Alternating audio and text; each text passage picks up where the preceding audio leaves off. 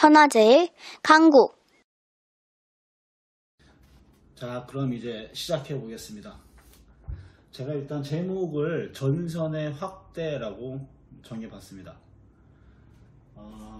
소제목으로 본다면 개별 전선에서 공동의 전선으로 전환됐다. 하노이 회담 때는 조선 대 미국의 평화협정 그리고 비핵화에 관련된 그러한 것이 주가 돼서 두 나라 간의 이제 대화가 진행이 되는 거였고,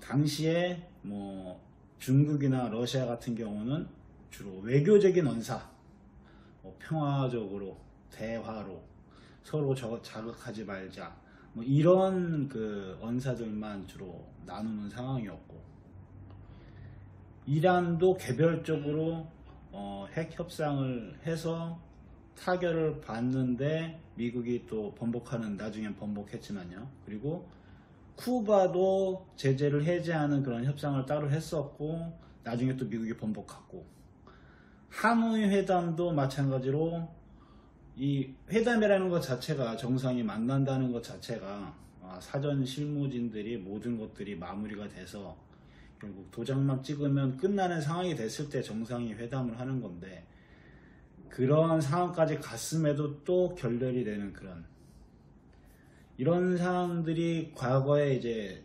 모습이었다면, 현재는 조선, 중국, 러시아, 이란은 중동을 의미하는 겁니다. 중동은 석유를 의미하기도 하고요. 그리고 쿠바, 베네수엘라, 이 나라들 모두의 문제를 한 번에 동시에 미국, 유럽, 그리고 나토를 대상으로 해서 해결을 하는 방식으로 지금 바뀌었다. 모두 함께 동시에 해결하는 걸로. 그러다 보니까 각 국가들이 각자가 갖고 있던 근본적인 문제들을 직접적이고 노골적으로 제기하기 시작했고, 그러면서 대표적으로 조선, 중국, 러시아의 군사동맹, 훈련, 그 다음에 교류, 이런 것들이 매우 많아졌고, 그리고 전략적인 소통, 전략적인 발언, 전략적인 없던 행동들이 많이 발생이 됐다. 지금 그런 상황이다. 그래서 각 지역마다 전쟁 위기설, 충돌설, 그리고 실질적인 어떤 그 충돌이 계속 진행이 되고 있는 상황이다. 이렇게 보고 있습니다. 이 문제를 해결을 위해서 지금 뭉친 이 나라들의 공통점은 사회주의, 그리고 그들이 대상으로 지금 해결을 하고자 하는 대상으로 있는 게 이제 미국이랑 유럽을 상징하는 자본주의 세력들. 그래서 지금은 사회주의 세력 대 자본주의 세력 간의 마지막 싸움이 되는 그런 상황이 되었다. 결국은 어느 한쪽이 무너져야 끝이 나는 상황이 왔는데, 현재 진행되는 것을 봤을 때는 자본주의 시스템 자체가 지금 무너지고 있는 걸로 보인다. 그거 이제 좀 나중에 좀 더 이따가 설명을 드리겠습니다. 그리고 이 5개의 큰 이 나라들이 중심이 돼서 지금 미국, 유럽하고 지금 싸우는 중인데, 이 중심에 누가 있는가 라는 것을 따져보면 여기 이 중심에 조선이 있기 때문에, 그래서 모든 세계에서 발생이 되는 문제를 이야기하다 보면 기승전북이다 라는 얘기가 나오는 겁니다. 자, 그러면 왜 이 중심이 조선이 될 수밖에 없는가? 일단 이 사회주의로 표방한 이 나라들 중에서 조선의 도움을 받은 나라들, 그리고 조선은 한 번도 이 나라들을 배신한 적이 없는, 그리고 배신당했지만 스스로의 힘으로 미국이랑 유럽의 어떤 영향력을 떨어뜨림으로 인해서 다른 나라들이 다시 생존할 수 있는 힘을 갖게 만들어주는 그런 배경이 된 나라가 조선입니다. 무슨 얘기냐? 여기까지는 이야기하고 이제 다음 주제로 넘어갈게요. 자, 중국 예를 들면 중국 같은 경우 국공내전으로 있었죠. 국공내전이었으니까 국공내전 때 우리 그 무장 독립투쟁했던 조선인들이 함께 싸워서 국공내전을 이기게 만들어줘서 지금의 중국이라는 나라가 시작이 됐고, 이란 같은 경우는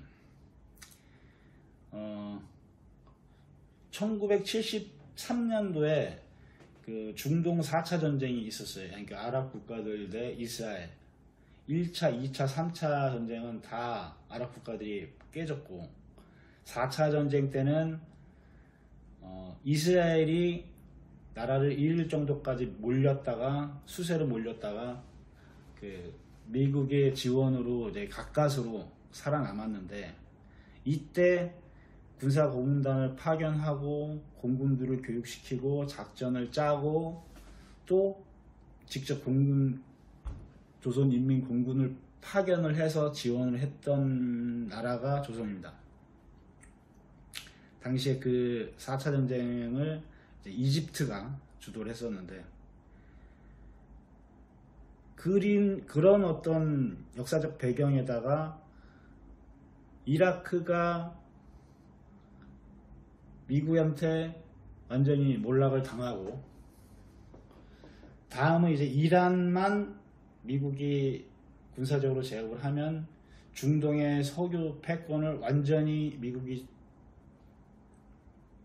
좌지우지할 수 있는 그런 시점에서 이란의 군사적인 지원, 기술 지원을 해준 것이 조선이었고, 그래서 지금까지 이란과 조선의 관계가 동맹관계로 계속 이어져 온 그런 배경이 됩니다.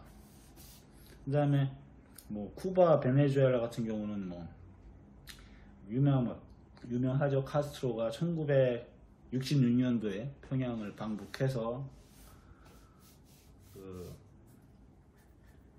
김일성 주석을 만나서 함께 의견 나누고 뭐 했었는데, 이미 그 전에 쿠바의 독립을 계속 지원했기 때문에 그런 일들이 있었던 거죠. 그래서 지금까지 동맹관계가 유지되어 온 거고, 중국이랑 러시아 같은 경우는 90년대 초반에, 그러니까 소련이 해체될 때, 그리고 중국이 자본주의 시스템을 받아들이면서 미국하고 평화협정 체결하고 하는 그 90년대 초 시점에서 그때 배신을 한 거죠. 두 나라 모두 해서 경제 제재에 동참을 했었고 해서 북녘 땅의 조선 동포들이 매우 어렵고 힘든 시기를 수년간 보내야 했습니다. 그럼에도 불구하고 그 상황을 이겨내서 다시 힘을 얻고 그 역량을 발휘하니까 지금 중국이나 러시아가 다시 이제 조선하고 예전과 같은 혈맹 관계를 복원하니 뭐하니 하면서 이제 하고 있는 건데,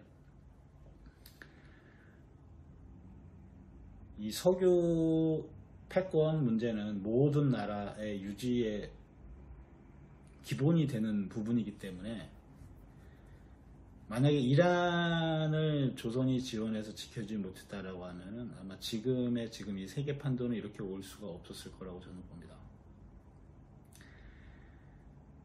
러시아가 아프가니스탄 들어가려고 했던 이유도 중동으로 가는 길이었고 석유 문제가 있었기 때문에, 근데 결국은 이제 아프간에서 빠져나오고 소련도 해체되고 하는 그런 여러 가지 우여곡절이 있었는데, 다행히 소련에서 이제 석유가 나오고 천연가스가 터지면서 어떤 재기할 수 있는 발판이 마련이 됐던 거였고,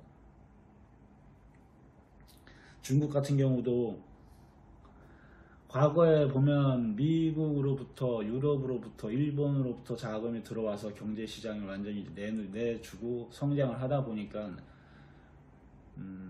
후진타오 호금도가 미국 워싱턴을 방문했을 때 부시하고 같이 그 기자회견을 하는데, 기자회견을 끝나고 그 퇴장하는데 방향을 잘못 잡고 나가는 거를 부시가 이제 팔을 이렇게 끌어가지고 그 같이 퇴장을 시키는 그런 장면이 공개적으로 나왔었는데, 그만큼 무시를 당하고 있었던 거고, 그것을 중국이 어쩌지 못하는 상황이었는데, 지금의 중국은 그때하고 완전히 차원이 다른 상황으로 바뀌었다. 이러한 변화의 중심에, 그리고 그 시발점에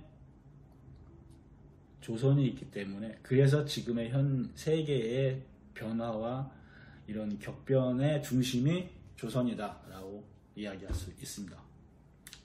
자, 그러면 이제 앞으로는 다음은 각 나라들이 어떠한 문제를 제기를 하고 있는지, 그리고 이게 어떻게 진행되고 있는지, 그런 부분들에 대해서 좀 더 상세하게 이야기해 보겠습니다.